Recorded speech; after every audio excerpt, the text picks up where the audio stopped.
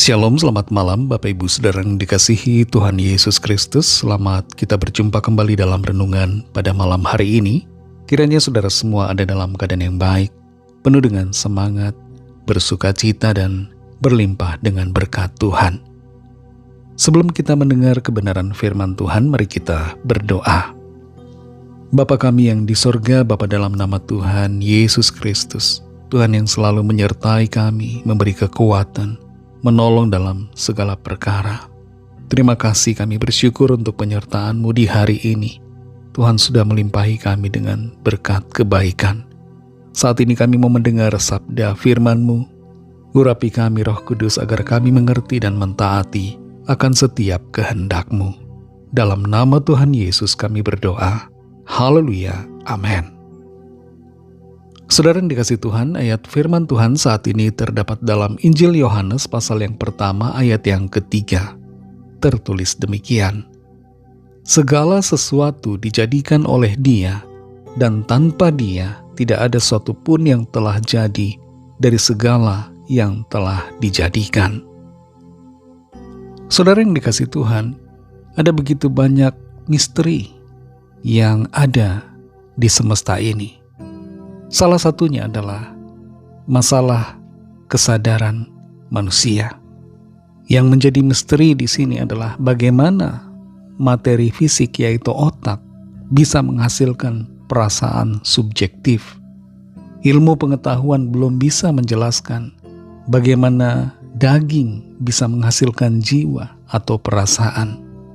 Mengapa kalau kita makan sesuatu bisa menimbulkan perasaan enak, atau sebaliknya, merasa bahwa makanan itu tidak enak. Misteri lainnya adalah 95% dari semesta ini tidak diketahui oleh para ilmuwan. Yang diketahui hanya 5% dari semua semesta, yaitu bintang, planet, dan galaksi.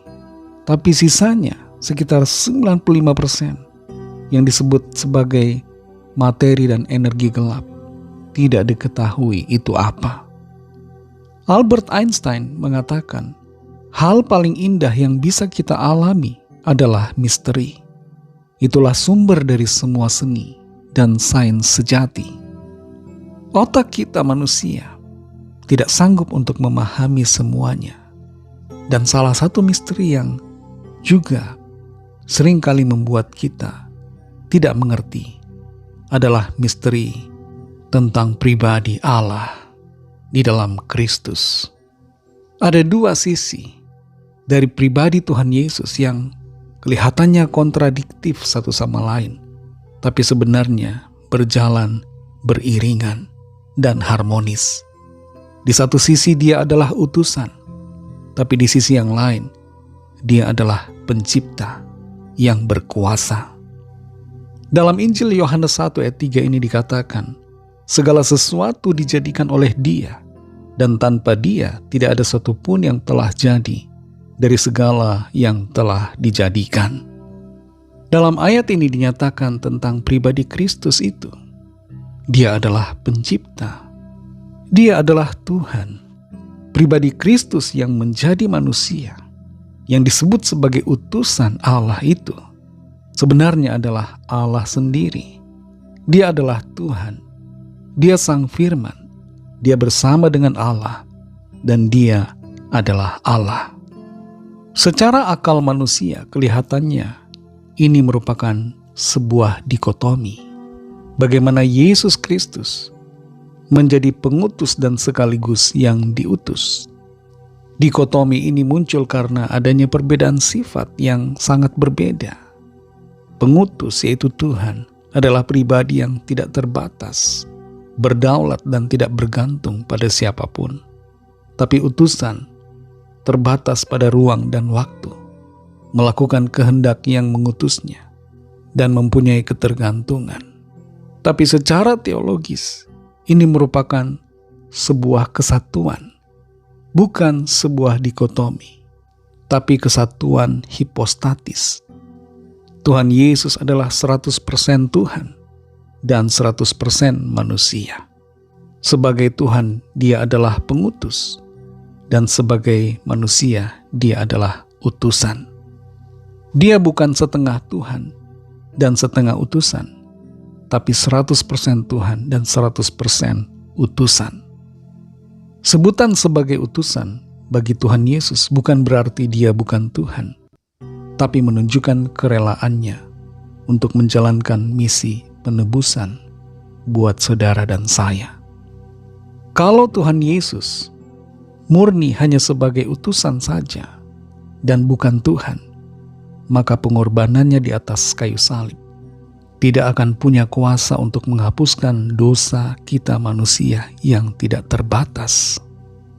Saudara yang dikasihi Tuhan, mengenal pribadi Kristus berarti kita mengenal salah satu misteri terbesar. Kristus Yesus adalah utusan, tapi sekaligus Dia adalah Tuhan. Di dalam Kristus kita melihat dualitas dalam kesatuan.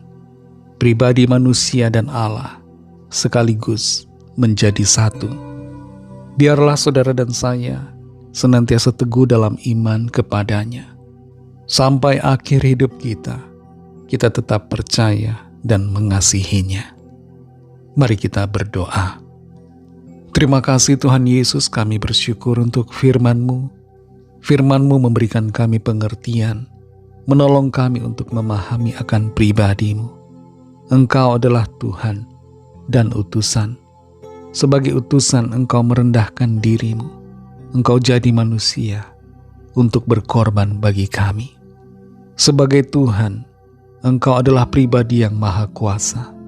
Engkau sanggup untuk mengampuni dan menyucikan segala dosa kami. Oleh karena pengorbanan-Mu di atas kayu salib, oleh darah-Mu yang suci, kami dibenarkan dan dilayakkan. Terima kasih untuk firman-Mu.